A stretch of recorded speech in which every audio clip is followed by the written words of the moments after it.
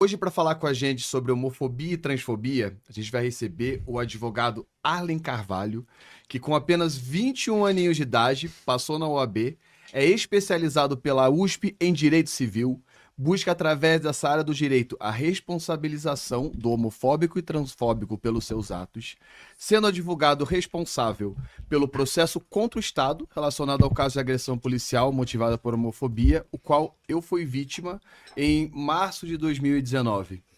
Seja muito bem-vindo, meu querido Arlen Carvalho. Eu que agradeço o convite. Muita coisa...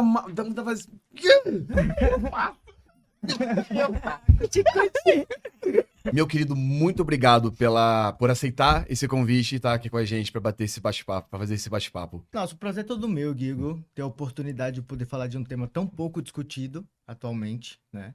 Então é um prazerzaço falar, né, sobre o tema e sobre o seu processo, né, exclusivamente.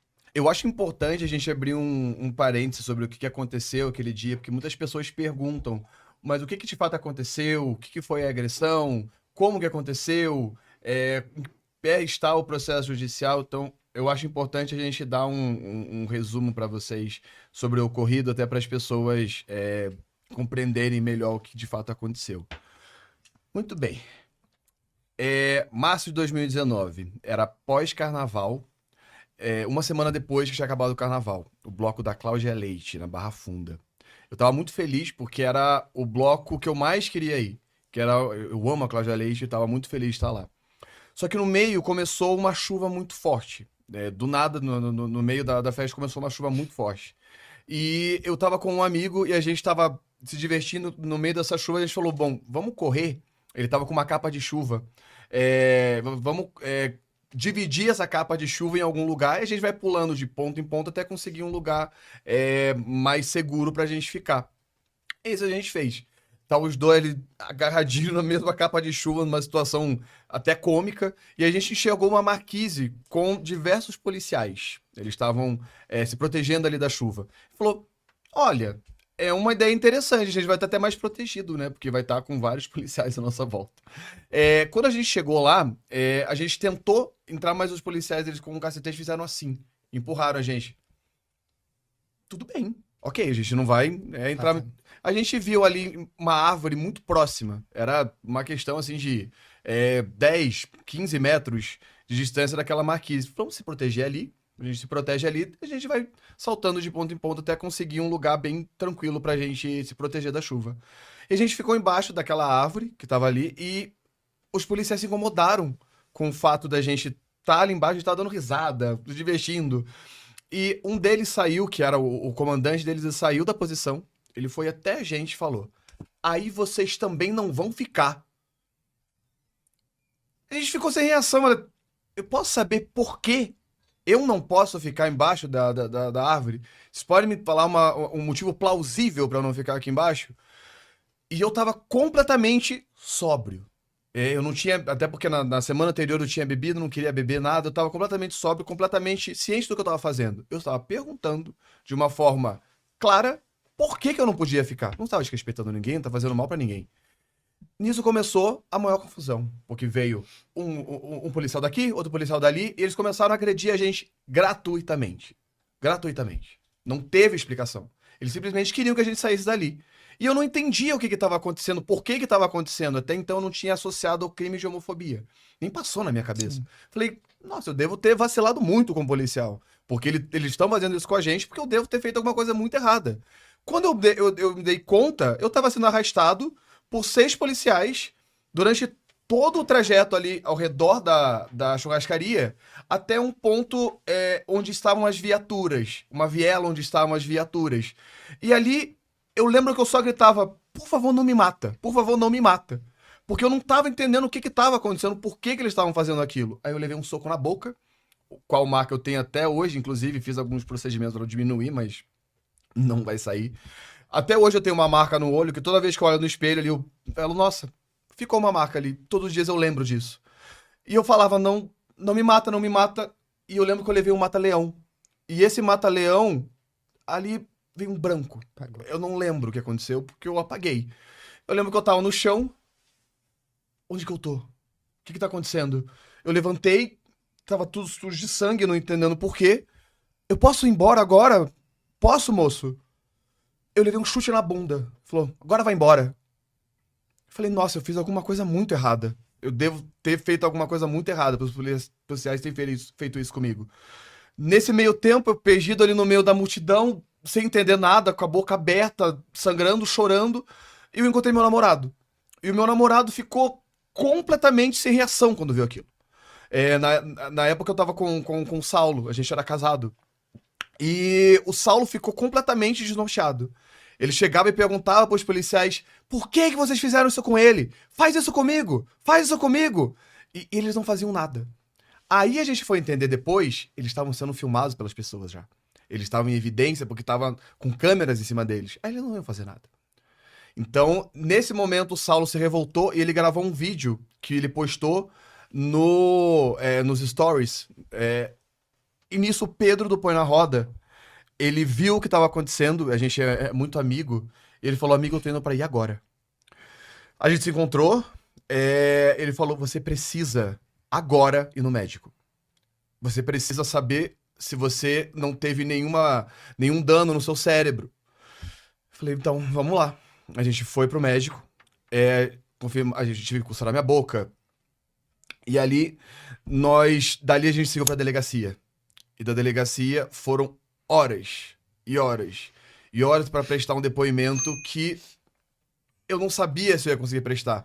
Porque eles fizeram de tudo pra gente não prestar o depoimento.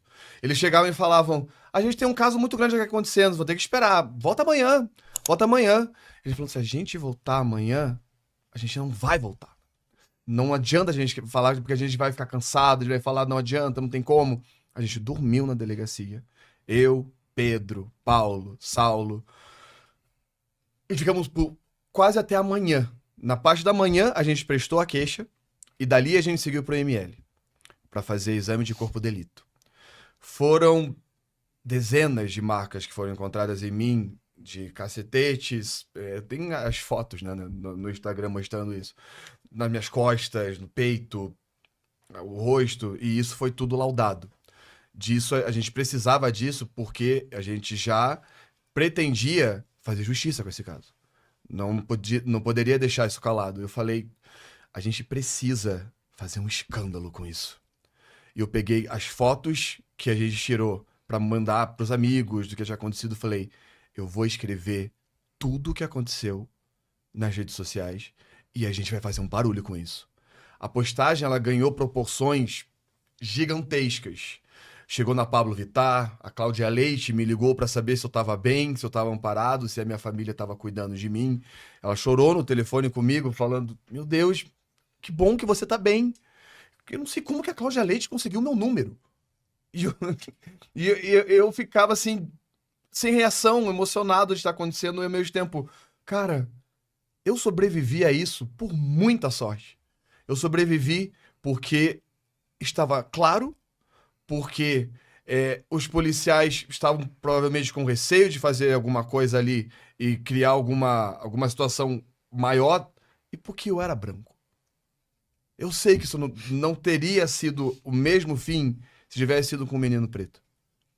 Eu sei que teria sido completamente outro caminho. As pessoas iam olhar com outro olhar. Eu cheguei, eu li nas redes sociais as pessoas, tipo, eu vi ele roubando. Ele roubou o sapato da minha... Eu nunca mais esqueci disso. Ele roubou o sapato da minha filha.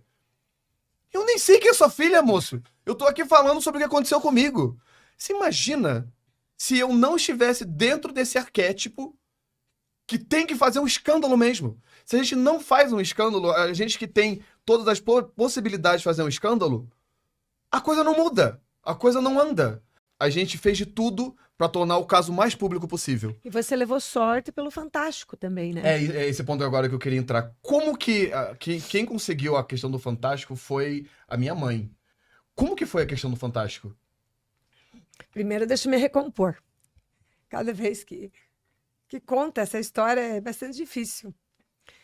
Porque eu procurei o Fantástico. O Fantástico não, eu procurei um repórter, um amigo meu, o André Salamucha. Beijão, André. E lá de Ponta Grossa.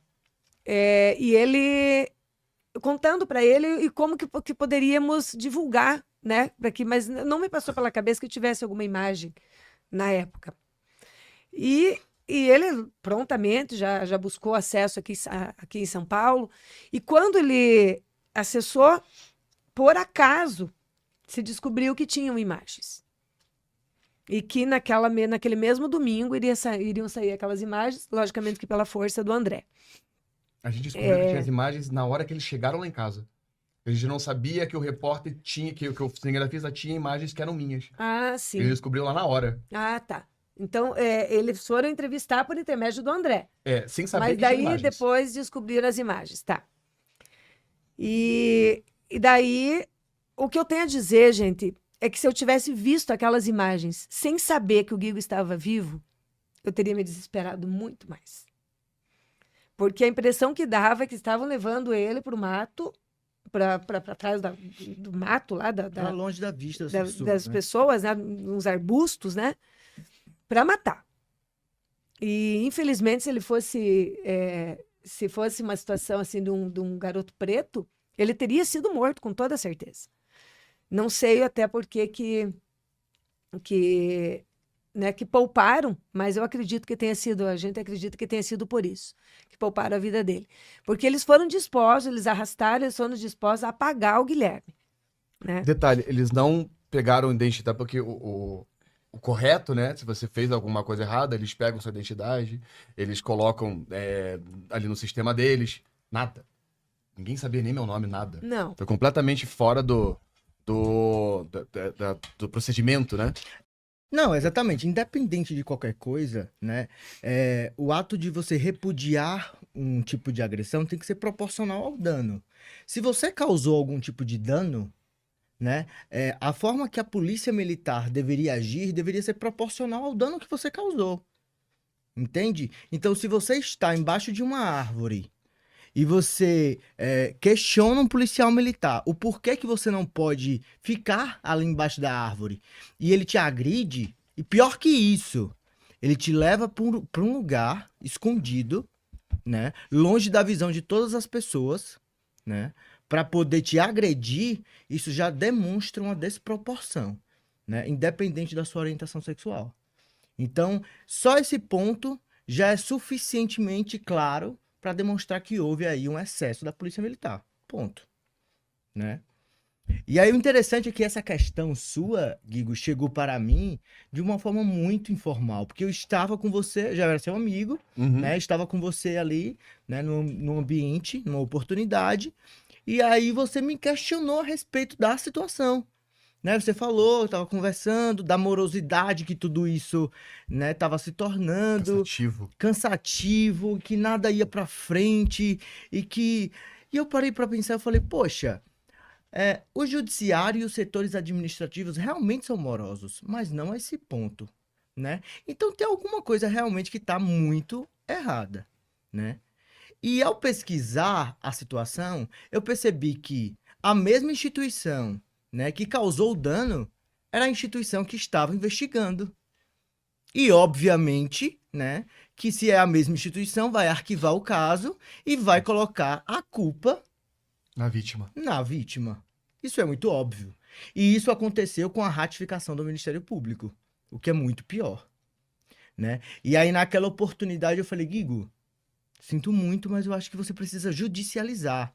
E quando eu falo judicializar, é levar para alguém que seja imparcial, porque eu não posso dar o direito, né, ao agressor de decidir sobre o dano que me foi causado. Isso é muito óbvio, né? Então eu preciso judicializar, eu preciso levar para um setor que seja imparcial, que possa analisar a minha situação de acordo com as provas que eu tenho, e eu tenho muitas provas. Né? Eu tenho filmagens, eu tenho testemunhas, né? Eu tenho tudo que for possível para que o juízo, né, a figura do juiz no caso, né, enquanto competência, possa analisar minhas provas e possa dizer se eu tenho realmente o meu direito de ser quem sou.